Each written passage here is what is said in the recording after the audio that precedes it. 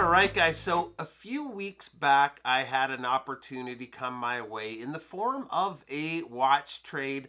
At the time, I really wasn't planning on making any big moves in the collection, but when this opportunity came along, I pulled the trigger and ended up with my very first Grand Seiko and a beautiful high beat model at that.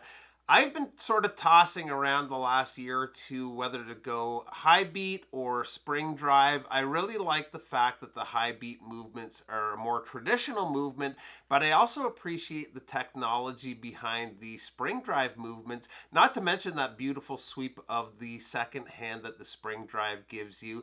Luckily, the decision was made easier for me with this opportunity when it came along, and I'm very happy that I ended up picking this one up. So let's switch things up and take a closer look at the Grand Seiko. Now, the first thing I should mention, and if you're into Grand Seiko, you'll already know, but this model is discontinued and was made before Seiko repositioned Grand Seiko to be the more standalone brand that they are today.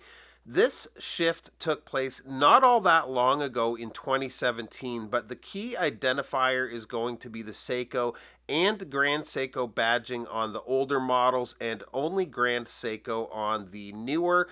For the longest time, I've been interested in Grand Seiko, but at first I always thought if I'm spending this kind of money, I'll probably go Swiss or maybe German. Doing this YouTube thing and meeting a lot of collectors, being able to see and try on a few models in person, my mind quite quickly changed. There's still tons of Swiss and German brands in this range I'd love to own, but for me there's something special about Grand Seiko. One thing that I absolutely love about this model, and a lot of other GS models for that matter, is the case designs.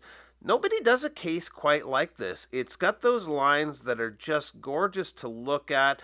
I've never had a watch I found myself looking down at and admiring more than this. The finish work is at a whole other level than many brands with the distortion-free Zaratsu polishing. They're no slouch in the brushing department either, and the lines where they transition from polish work to brush work is just razor sharp. And speaking of razor sharp, the handset, at least the hour and minute hand, look like you could slice through anything with them. Same as the case, they're finished to the highest level. They're the perfect length with the hour hand just touching the tip of the markers and the minute hand reaching just to the edge of the minute track. The second hand is thermally blued, and although it's small, the print work on the bottom of the dial where it reads high beat 36,000 is a matching blue. It's a subtle detail, but a nice one.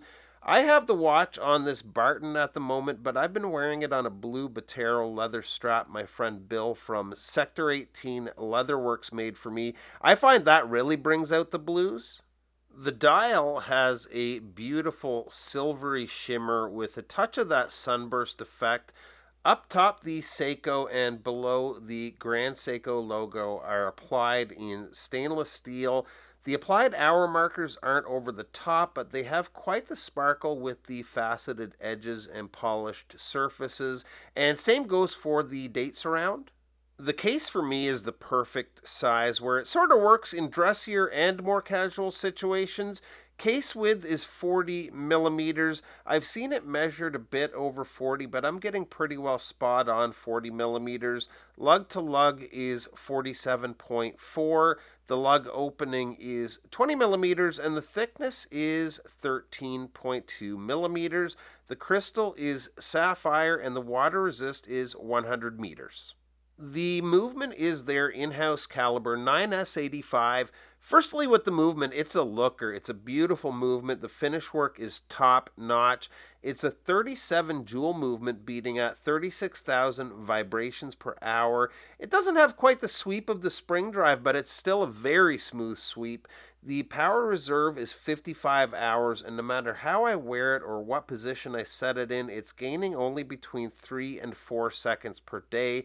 That's not on a time graph or just against a digital watch, but I'm really happy about that. And this is a 5-year-old watch now, so it's holding up really well. The crown is a screw down crown. It is signed with the GS logo. There's no crown guards, but I like how when the crown is screwed in, it sinks slightly into the case. So the case itself protects it from any bumps or knocks. It is as smooth as silk to unscrew. Excellent winding action and just as smooth to screw back in. The bracelet brings me to my one bit of a negative. I like the bracelet itself. I like the look of it on the watch, and the build quality is very good, but I'm not crazy about this style of clasp. It's comfortable, but I'd like to see some micro adjusts, especially in the warmer weather that we're getting now, where you get a little bit of that wrist swell. If it was just a regular fold over clasp with a couple of micro adjusts, I think it would have been perfect. That being said, I do like bracelets on watches, but I think I prefer this one on straps, and it's quite versatile in that way too. You can dress it up or down, and it looks just as good in dressier wear as it does with jeans and a t-shirt. So now that I have it on wrist, it reminds me of one more issue with the watch, and that's that there is only one GS in my watch box. I'm not sure what it is, but I'm always searching around for the next watch, and I keep ending up circling back to more Grand Seikos lately.